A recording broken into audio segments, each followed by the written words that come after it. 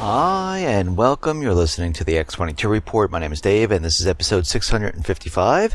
And today's date is April 30th, 2015. And the title of this episode is NORAD is now training for an aircraft attack on D.C.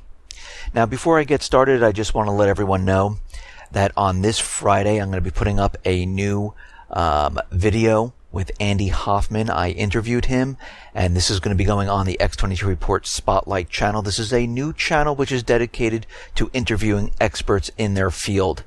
And if you don't know how to get to it, and you're on the X22report.com site, it is in the sidebar. You will see latest video, and you also see a link there that says see all interviews with the X22 Report Spotlight link.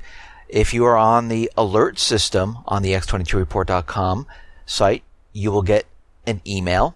If you are on YouTube and you subscribe to the X22 Report Spotlight channel, you will get an email. If you don't know where it is and you want to go see it and you're on YouTube, you can look on the featured section on my X22 Report YouTube channel, and you will see a new channel on the right hand side, or just type in X22 Report Spotlight and it will pop up. Let's get right into the economic collapse news. Now, we understand yesterday the US GDP numbers came in. They were 0.2%, and of course they're blaming this all on the weather, but we have to understand the UK GDP is also slowing. And at this point, what we're seeing is that all this easy money is starting to lose its effect. And the real economic indicators and the illusionary numbers that the central bankers are continually pushing out at us are separating. And we can see that the economy is actually not growing. We see that we bulked up on inventories, about $121 billion worth. Obamacare boosted the GDP. This is not growth. I mean, why does the selling of inventories actually subtract from the GDP? The product has already been produced, and if it's sold, it takes away consumption from products which may have been produced instead. Also, it could only be counted once as a positive, not twice. And of course, all this inventory, as it builds up, it's going to have to eventually be sold off if it can. And once it does, we're going to see a decrease in GDP. Now, we had the numbers come in for initial jobless claims, and of course they're going absolutely nowhere. For the last 2 weeks, they remain below the magical 300,000 level. Initial claims have only been lower the week of April 14th of 2000. And this just so happened to be the top of the dot-com bubble. Now, what's very odd is that the initial claims are continually falling. They're bottom feeding, then they fall. But what we're seeing is in Texas and many of the other states that deal with oil, they have major layoffs of about 100,000 people. They're just not counted. No one's claiming anything. We also see many stores are closing and laying off people. And you have to remember, those people who are working part-time, and each state it's a little different, who have not worked a certain number of hours or have not received a certain number of dollars, they cannot apply. And this is why we're seeing the initial jobless claims fall. They're being manipulated, and a lot of the people cannot really apply for it. But we see layoffs are continuing. They are non-stop. Target is going to lay off another 100 people in the administrative assistant jobs. This is how it starts. I remember when I worked for a company in New York and they started the layoff process prior to 2008. They laid off the mailroom. They laid off the secretaries. And when that didn't help, they moved up to the next level, then the next level. And before you knew it, there were thousands upon thousands of people that were laid off. And this was prior to the crash of 2008. We see U.S. Steel. Layoff notices rise to 9,000.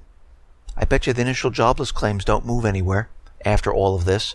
Bell Helicopter, 1,100 people. Bob Evans Farms closing 20 locations, all employees laid off. Kellogg closed Clearfield plant, 200 layoffs. GM to cut 1,000 jobs in Canada. The assembly plant looks like it's going to be closing down. We can see there are more and more layoffs coming. And of course the U.S. government, the central bankers, they're out there wondering what's going on. Why aren't people spending? Why aren't people purchasing more homes? Why aren't they going out to retail stores? All of this doesn't make sense. Well, it does make sense. You're manipulating the numbers. You're feeding false information. And what's really going on is that people cannot find work. They don't have jobs. And we can see right now that by lowering the fuel prices, I mean, again, there was many different agendas associated with this. They were trying to destroy the economy of Russia. It didn't work. They were trying to spur economic growth here in the United States, hoping that people would take their savings from the gas savings and go out and spend in retail. Well, that didn't happen. During the busiest season of the year, the holiday season, it was a complete flop. And what we're seeing right now is that the latest confirmation that all of this is not working is that personal income and spending data, in which we find that not only did personal income not grow in March, with wage growth the lowest in 2015, but because spending rose by a weaker than expected 0.4% in March, the fourth miss in the past 5 months, U.S. personal savings has resumed declining, and all those gas savings are finally being spent not where they should be spent, and not in the amounts hoped. A lot of it's going towards Obamacare, paying for health insurance, where they're never going to see the benefit of insurance. Now, am I saying this for every single person? No, there's going to be those people that have a catastrophic illness that go into the hospital, and it will help them. But of course, they're going to have to lay out the money first, because there are deductibles, there are co-pays. But those people, the everyday people who are spending $500, $600, $700 a month, with a deductible of $5,000, it's not going to help them whatsoever. They're just going to be laying out all that money year after year. So what are we seeing right now? With Obama, with the economy, we're seeing no growth, no jobs, no recovery. It's completely fake, phony, and false. I mean, think about it. There's massive layoffs in the oil sector in Texas and many of the other states. Consumers are not spending because of no or poor jobs, which pay half as much as their other jobs they've lost. And when people are unemployed, they don't spend. Activity drops and economy tanks. It's that simple. It's easy to understand. Manufacturing, retail sales, all of it's falling apart. It's in the toilet. It's completely collapsing at this time. Every time we look at this, we see things are getting worse and worse as time goes on. Let's look at some of the signs. The trade deficit with the rest of the planet is absolutely killing our economic growth. According to the Reality Check blog, U.S. economic growth would have been a total of 8% higher since the end of the last recession if we actually had a balanced trade with other nations. According to the numbers that were just released by the Bureau of Labor Statistics, 1 out of every 5 American families, nobody has a job. So how in the world can the unemployment rate be around 5.5%? When everyone is unemployed in 20% of all families in the United States. The rate of home ownership in the United States has just hit a brand new 25-year low. How can this be a healthy economy? How can the middle class be healthy? Something is disconnected from what's really going on, and we know what that is. The government is disconnected. We are on the right track. We understand that this is collapsing. The student loan bubble is clearly bursting. According to Bloomberg, only 30% of all student borrowers are actually up to date on their payments. And we understand the government has new programs to help the students defer their loans. and maybe stop payments right now because they cannot find work. Procter & Gamble and many other corporations have announced more layoffs. I mean, Procter & Gamble is laying up to 6,000 more people. McDonald's is closing 700 stores. We see many retail stores closing down. Tiger Direct, Staples is closing more stores. Many are going out of business. They're saying they're going into the online business, but we don't see that increasing whatsoever, even during the bad weather or the holiday season. There was no bump up. Retail sales in the U.S. have not dropped this rapidly since the last recession. Wholesale sales in the U.S. have not dropped this rapidly since the last recessions. Factory orders in the U.S. have not dropped this rapidly since the last recession. Credit requests are being declined at a rate that we haven't seen since the last recession. So what's happening here? It's completely falling apart. I mean, we know manufacturing is not producing because the Baltic Dry Index has fallen again by 4 points. It's down to 591. And if we look back in time, back to last year, the year before that, it was 900 points, it was 1,100 points, it was 1,500 points. And now it's staying around the 590s. It gets bumped up a little bit because they increase rates, they increase insurance, but then it's brought right back down. There is no manufacturing at this point in time. Now, there is a report out there, and they're very worried about what's going on in the economy. They're saying if there is a small hiccup, Fannie and Freddie may need to draw up to about $160 billion from the U.S. Treasury. And what they're saying is, we know that the real estate market is a bubble. And when it pops, Fannie and Freddie, they're going to be in trouble once again. That's basically what they're telling us. They did a stress test and they said if there's any type of hiccup or something happens, just a little bit, Fannie and Freddie is going to completely fall apart.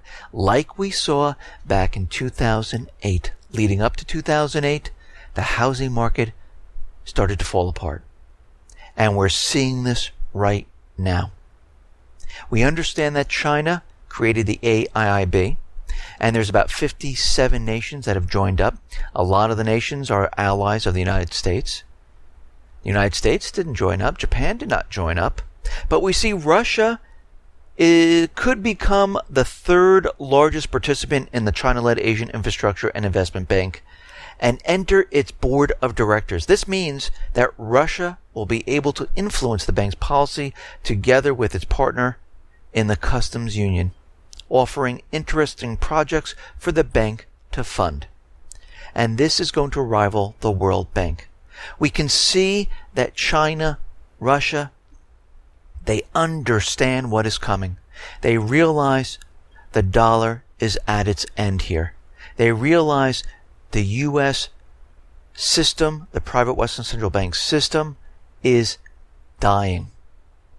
And they know that these central bankers are not just going to say, okay, guess what? We're done here. We need to think of a new system. No, they're going to go down fighting because they don't want to be blamed for the collapse of the system. Because if they're blamed, how are they going to restart it? And this is their plan. They plan to cover this up with a war.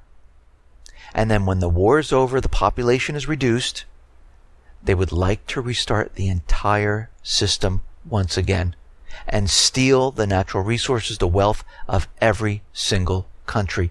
This is what they've been doing for thousands of years. Now, I talk about Obamacare quite a bit, and I really do believe Obamacare is completely unconstitutional. And it was imposed on the people of the United States because they needed to raise tax revenue. And Obama basically had to pay off the insurance companies. And the insurance companies wrote the bill. And basically it benefits them only. And also to bring in revenue. And when they were doing this, they said, okay, listen, we can raise the rates. And we can continually raise it because there is no competition whatsoever. And how are we going to get everyone into the system? Well, if we put a penalty, a tax penalty, on health insurance, we can force the people into the system. And this is what they did. Because let me just say, if this was for the people, you don't have to penalize us. You don't have to whip us down by imposing taxes on us. We would take it. Just like the iPhone. We saw something new. It was great. It was easy to use, and people went out and they purchased it. Yes, there are some people that don't like it, but guess what? It was a good product. A good product, it sold. If they gave us something good, you don't have to force people to do something. But what's very interesting about this, and we talked about this before, but we're starting to see that there's evidence to back this up. We understand the NSA is spying on all Americans, on government officials, on the Supreme Court justices, and we're starting to see now that Chief Justice John Roberts, who was the deciding vote for the Supreme Court ruling of Obamacare, was spied on and had his personal and private data harvested by the U.S. intelligence agencies. Now, Larry Klayman, the attorney who has become known as the NSA Slayer, has been fighting this. And he is the founder of Freedom Watch, and he successfully is suing the National Security Agency over the collection of telephone metadata from Verizon customers that was detailed in documents released by the intelligence document leaker Edward Snowden. And what's very interesting about this is when Judge Roberts decided to give his deciding vote, the NSA had something on him, because all the way prior to his final decision, he said it was completely unconstitutional. And then one day, he said, you know what? It's constitutional, and he left town for 2 weeks after he made his decision. And now Larry Klayman is digging up all this information. There are some judges that are controlled by the government because they've been spied upon and they have something on them. They are trying to block him from investigating this further. So we do have confirmation at this point in time that it looks like these judges are being blackmailed for a certain agenda. And we see this happening time and time again. And it always comes out later, and we always find the proof, or someone digs it up, and it's too late. Well, I don't think it's ever too late. If it's unconstitutional, we need to roll it back. And the insurance companies need to give all that money back because it was completely unconstitutional. Now, out in Baltimore, we see there's riots that are, not riots, I should say protests. There's a difference between protests and riots. In Baltimore, there were people in Baltimore protesting very peacefully. 10,000 strong. They were protesting. They were very peaceful, but the media didn't report on this. And then all of a sudden, we had a handful of people that started rioting. And the media focused just on that. Well, the reason for that is because, as we know, this whole thing was created. It was manufactured. And a couple statistics about Baltimore. 42% of the residents in the Freddie Gray's neighborhood are employed. 33% of residential properties are vacant or abandoned. Just 54% of its residents are even in the labor source, even though 77% of residents are between 24 and 64 years old. During the purge and during what was going on, we saw a handful of people that were pushing a certain agenda. We also see there are protests now going on in Los Angeles. During these protests, 6 people protesting against police brutality were arrested on Monday. In Chicago, hundreds of protesters marched Tuesday from police headquarters. About 100 people marched Monday night in Oakland, and it looks like there's planned protests in Cincinnati. Now, the thing that we need to watch out for is those agent provocateurs, where the people are protesting very peacefully, They're not doing anything. And then all of a sudden, a handful of people decide to destroy property. And it seems like the mainstream media right now is out there, and they're facing criticism of their coverage of the unrest in Baltimore. I mean, Geraldo Rivera, who arrived in Baltimore shortly before the curfew on Tuesday, they blocked his camera and accused Fox News of lying and false coverage.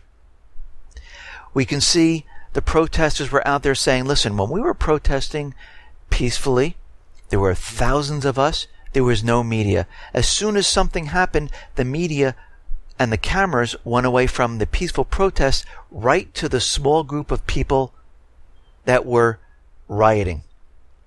And we can see right now, this does look like it was a staged riot, and it was to provoke an agenda of the government. I mean, there's a video right now on CNN, and I have it on the X22Report.com site and on the YouTube channel, where we see this man who is in front of police, and his name is Joseph Kent. And basically, he is a 21-year-old Morgan State University student, and there were about 30 to 40 police officers and just this man. And when the camera panned out, there was nothing going on outside of this little tiny area, and then all of a sudden, an armored vehicle drove by, he disappeared, and it drove off. And basically, they were trying to make this a really big deal. This, to me, looks like it was completely staged. I mean, the police were just surrounding him. They all had their shields. They were standing there. And when the camera panned out, nothing else was going on around town. They went as far to blame this on the Islamic State. They also said the Islamic State is looking to recruit some of these people who are dissatisfied.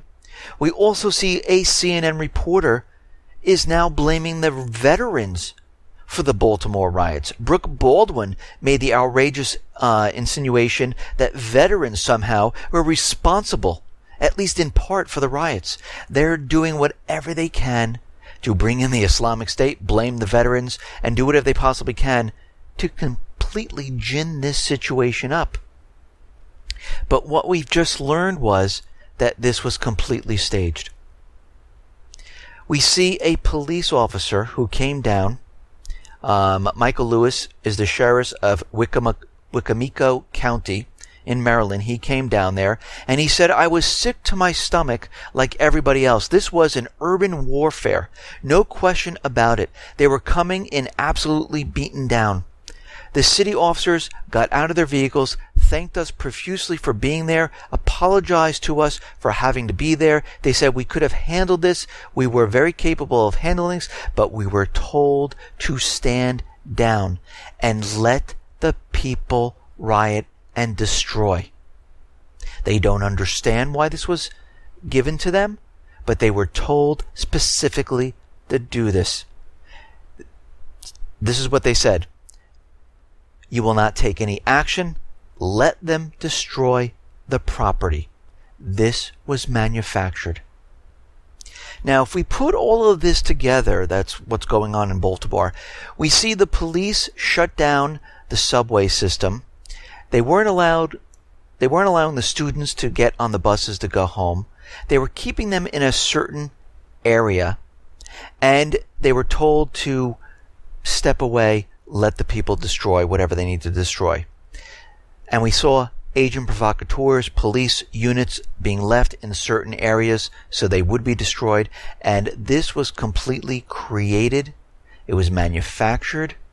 It was to create the illusion that people are going crazy and they have to declare martial law. Now, we see other protests occurring in other cities.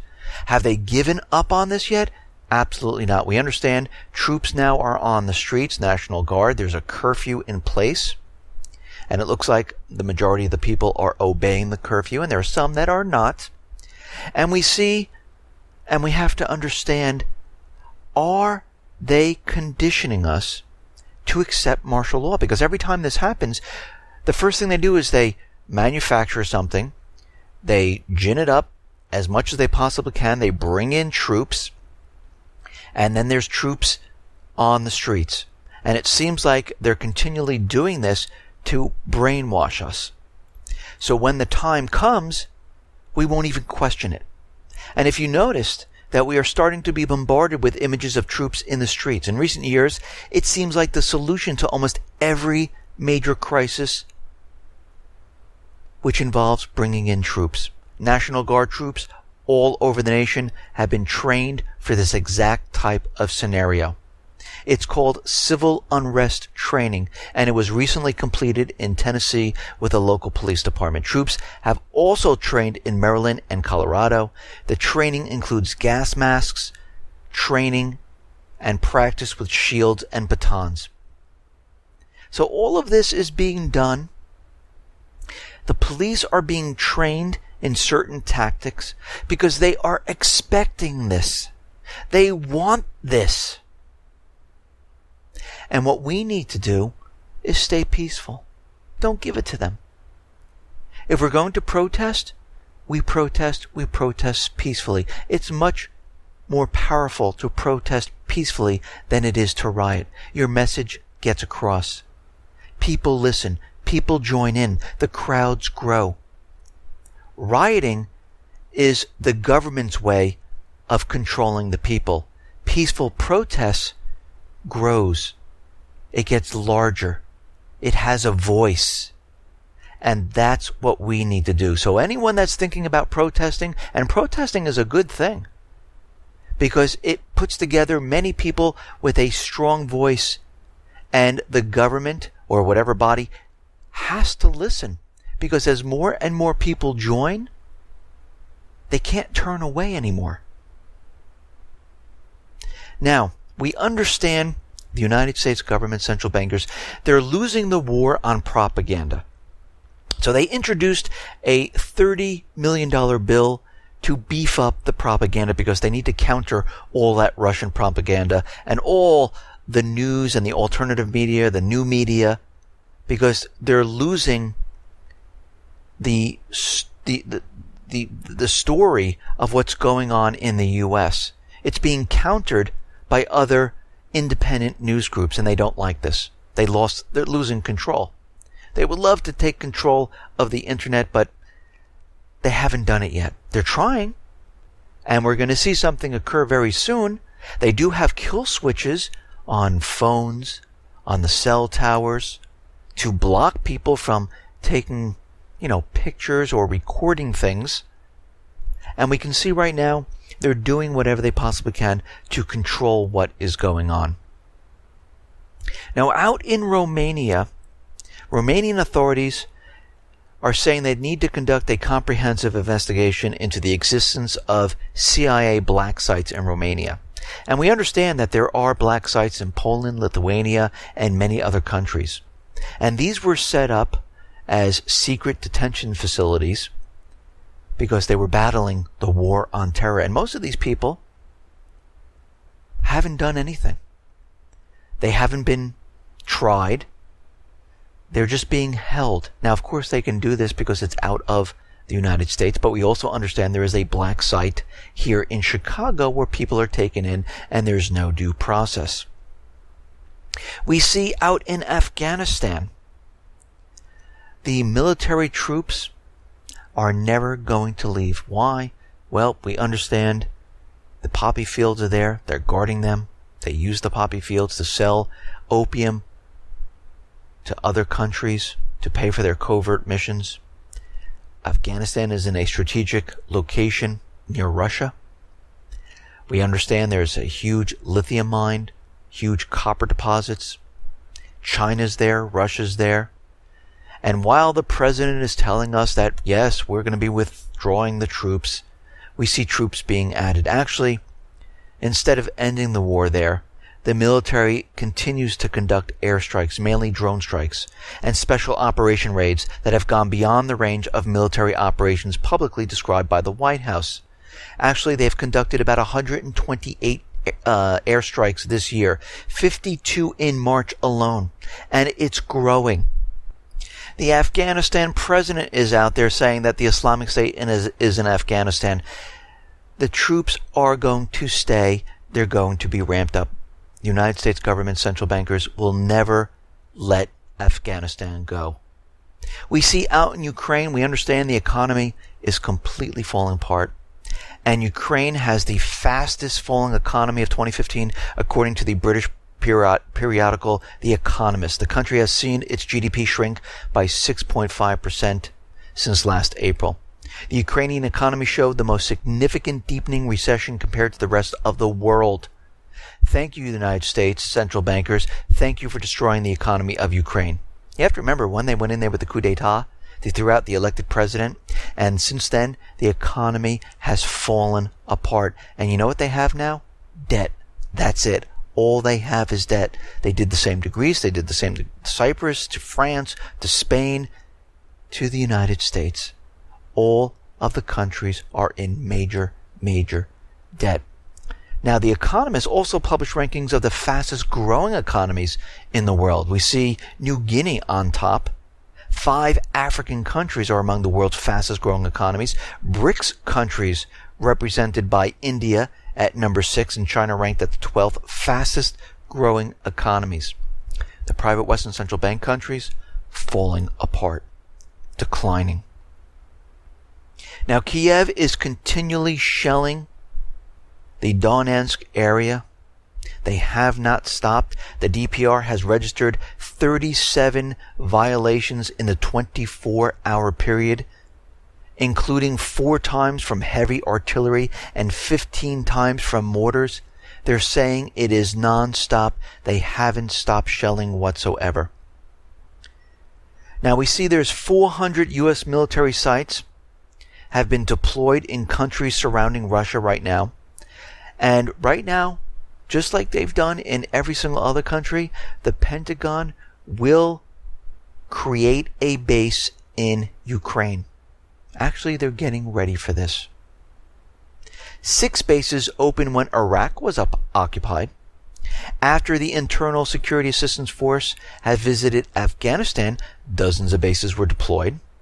And what are they going to do in Ukraine? Well, the troops are already there, and they're going to create a base inside of Ukraine. We understand the Donbass region is receiving intelligence. They're saying that it looks like there's a major offensive that's going to happen maybe May 8th or May 9th, or maybe days before, days after. Don't know for sure. Ukraine is saying, no, we have...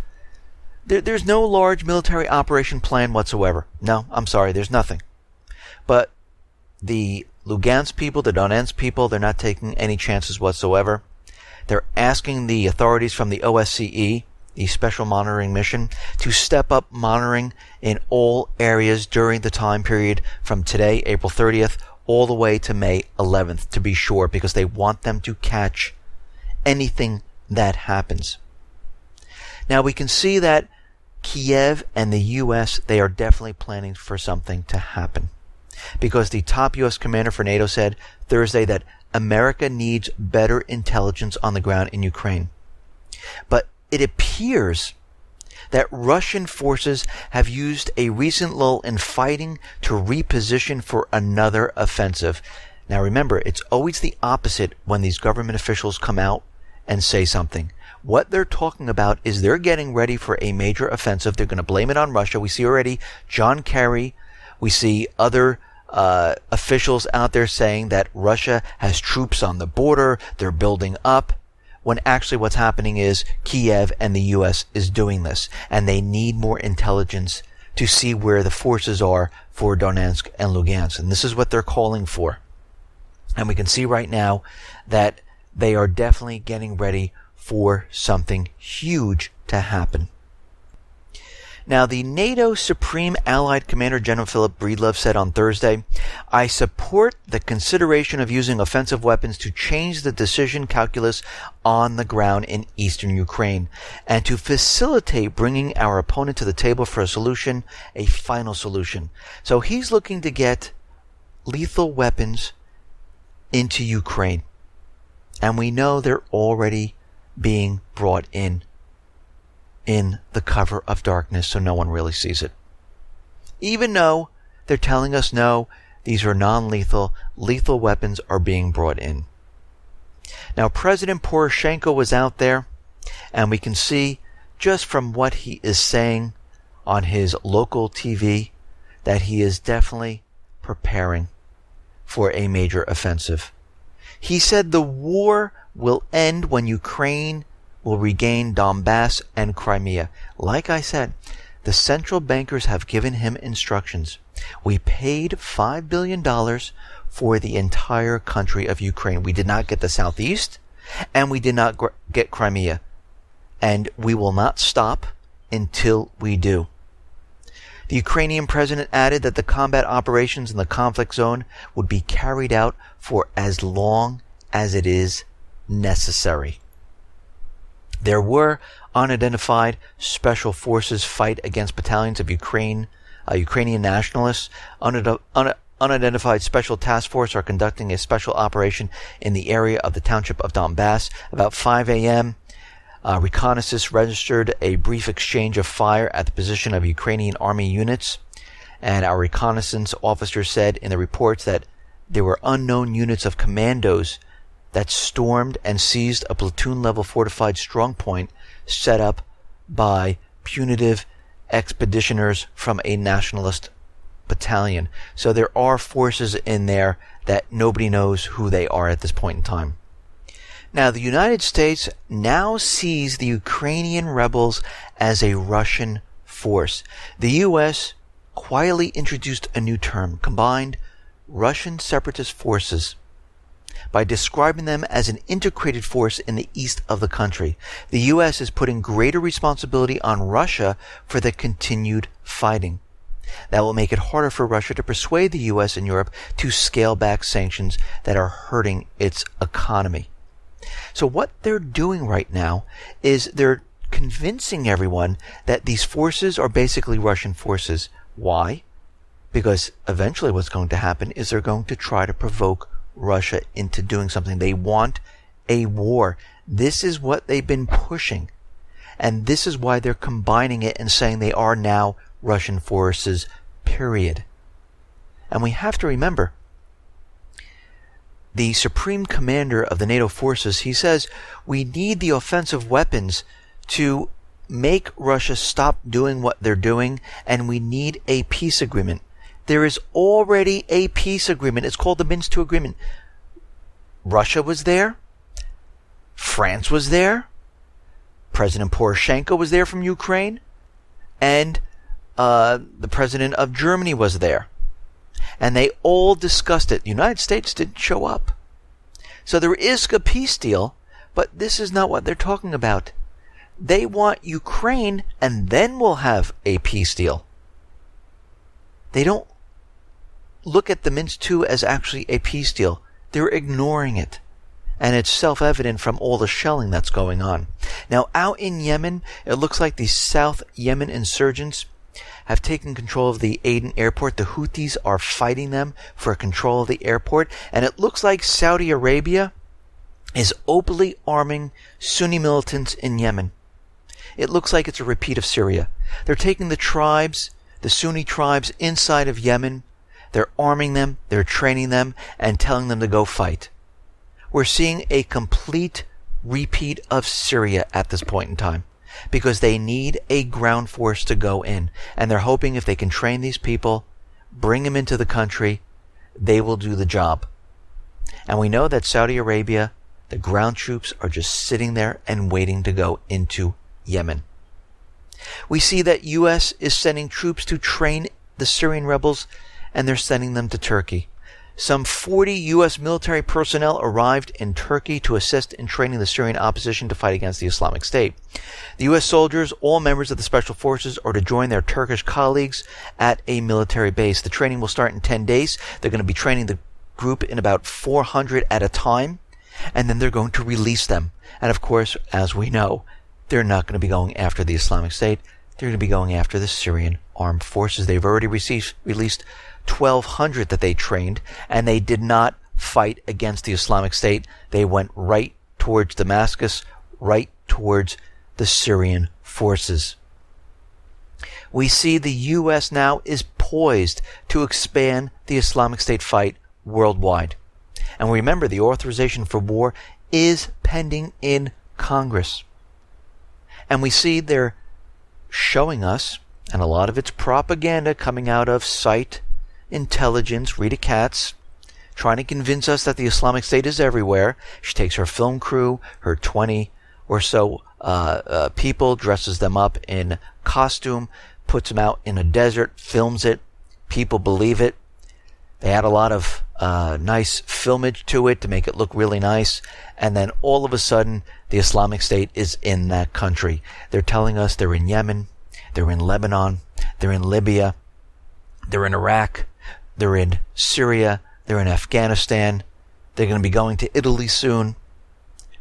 Remember, wherever the United States government central bankers need to be or need to go into, that's where the Islamic State is going to show up. They're also linked to Boko Haram or Al-Shabaab or Al-Qaeda. And if you notice, the Islamic State is in only those regions where they need to get back into. They're nowhere else. I mean, it's amazing. But this is the plan. They are a proxy army.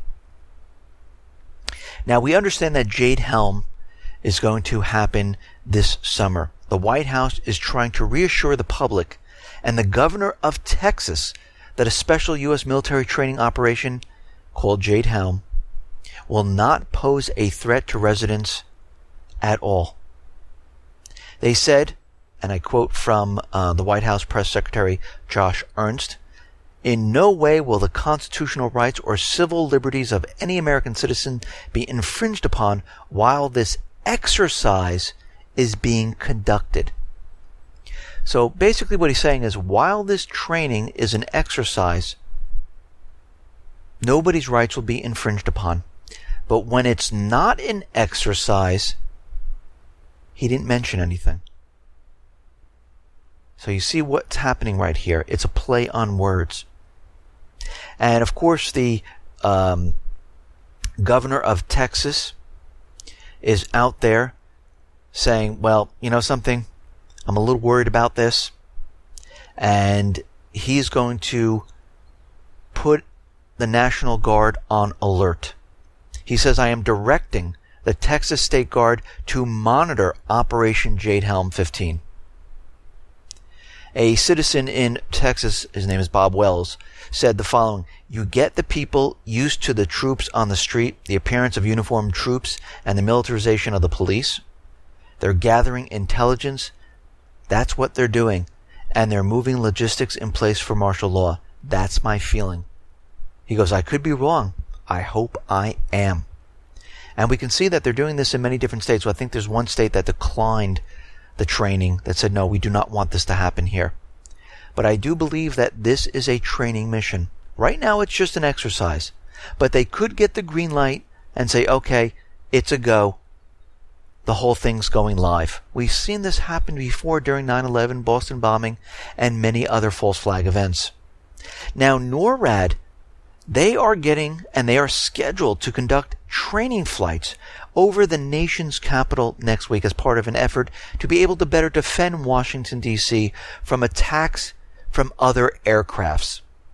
NORAD is coordinating with Federal Aviation Administration and the Department of Homeland Security to conduct the training flights, which will take place between May 4th and May 5th over the southeastern corner of the Capitol. The flights are intended to assist in calibration of systems, equipment, and training, and will serve to refine and improve our ability to respond to unknown potential attacks. Now, we've seen this before.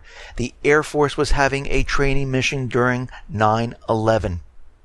There was a bomb drill during the Boston bombing. Does this mean it's going to happen? No. But we need to keep an eye on it and call them out on it and say, listen, we know there was a training mission going on the same time this occurred.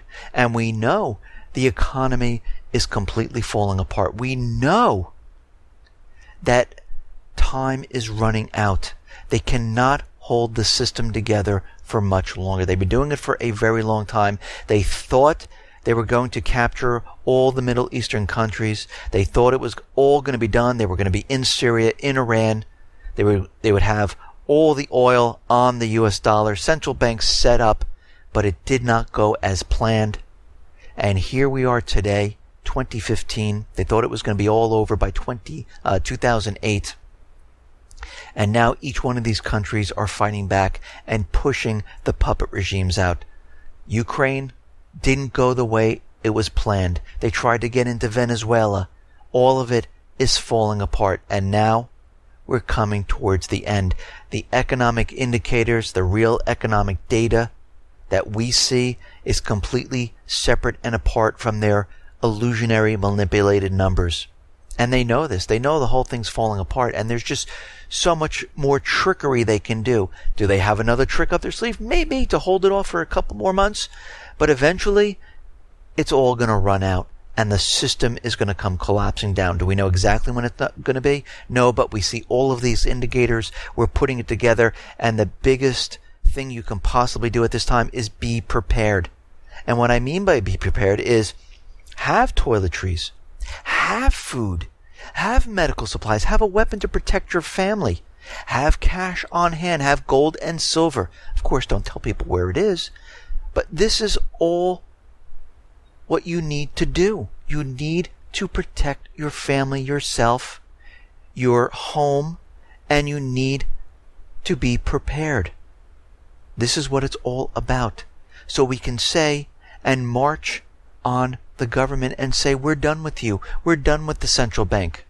There will come a time and a place when the moment is right, where the people will have the ability to rise up and stop this entire thing from happening. Listen, everyone, thanks a lot for listening. Be well, be safe, and especially be prepared. Thanks a lot.